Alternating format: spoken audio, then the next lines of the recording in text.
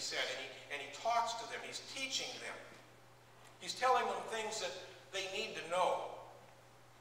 And then we come to verse 15, and what we find is that the crowd had kind of divided. And out of the crowd, out of this large crowd of people, could have been thousands of people, out of that crowd now comes the tax collectors and the sinners to hear it. You know, can I say that there should never be a day, I hope a day never occurs, I hope it never happens to me, that someday I would get up and not want to hear Jesus. Can you imagine a day like that?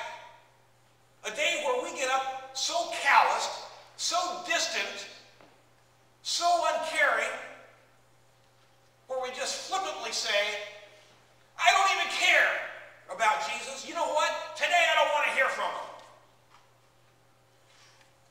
Look, when we talk about life changing, yes, it changed for America, but there's been instances in our lives, right here in this building, in our community of faith, right here, there have probably been days where you would say life changed. You got news, perhaps, of something drastically wrong with your loved one, with your spouse.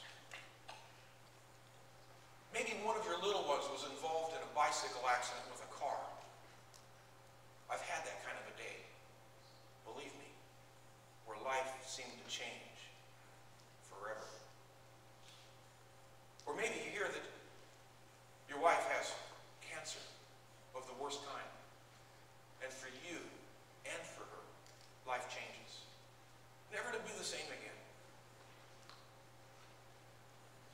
I think that in our times today, what we see economically is that life can change at work.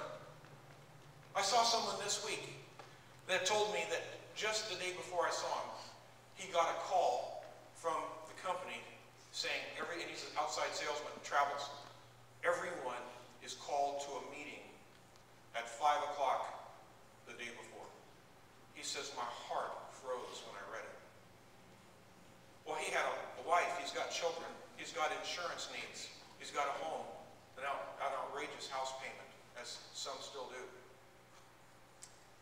He gets this call, and he's completely fearful about what the meeting was. Now, the meeting had nothing to do with firing him, but the meeting, the news at the meeting was, things are going bad for our company, and cuts are going to be made, and some of you are going to be let go.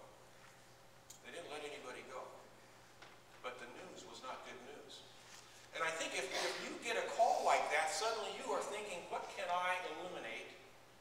What kind of bills do I let go of? What bills do I pay? What am I going to do about eating out? Can I continue my same pattern and going out every night and every day and eating and bringing our family out and enjoying ourselves? Or do I need to kind of rein it in now and we start going down to Albertsons and buying the little frozen dinners or even fresh food and cooking? You know, I mean, can you imagine that?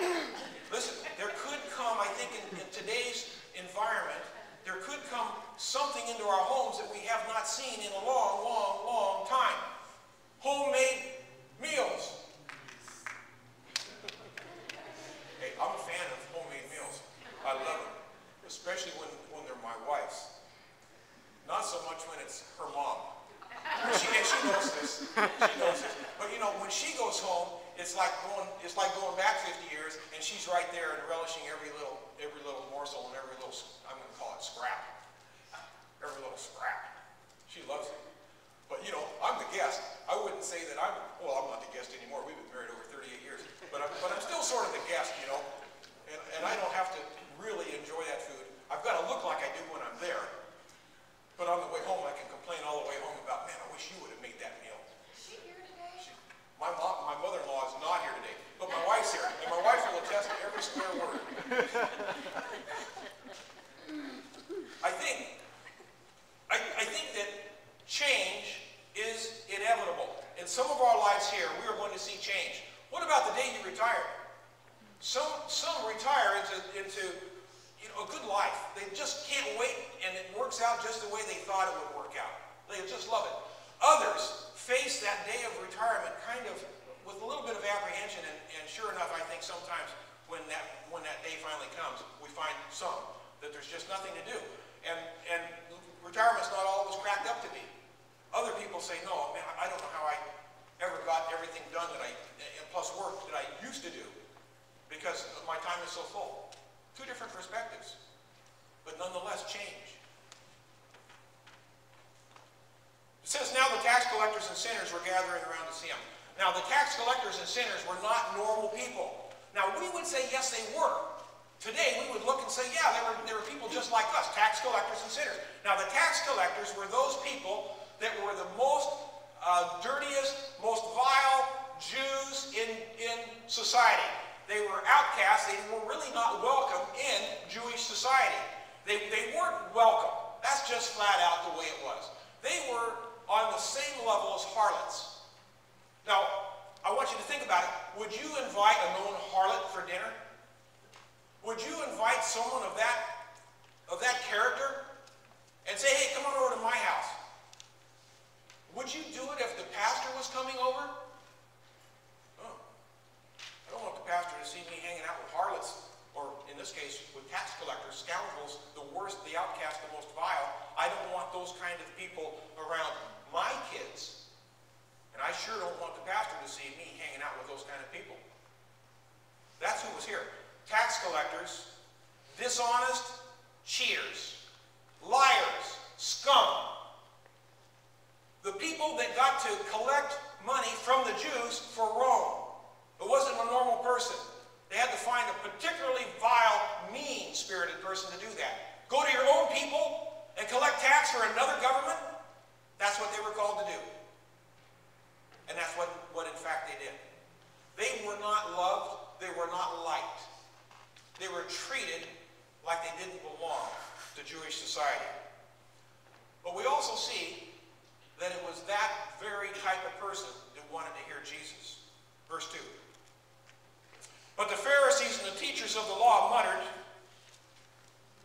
this man welcomes sinners and eats with them. I think too often, we made some of these comments last week, but too often we see the religious people are the people most opposed to the principles that Jesus is calling us to do. So the really religious, the most conservative theologically, are usually the most legalistic. So we would, I think, immediately say, well, we want nothing to do with legalism. We want the Spirit to have His way, His freedom, with us, with me, with our church, with our community of faith. We want to depend on the Holy Spirit. I reject legalism. And yet we see legalism creeping into our churches. I don't know about Trinity. I haven't been here long enough.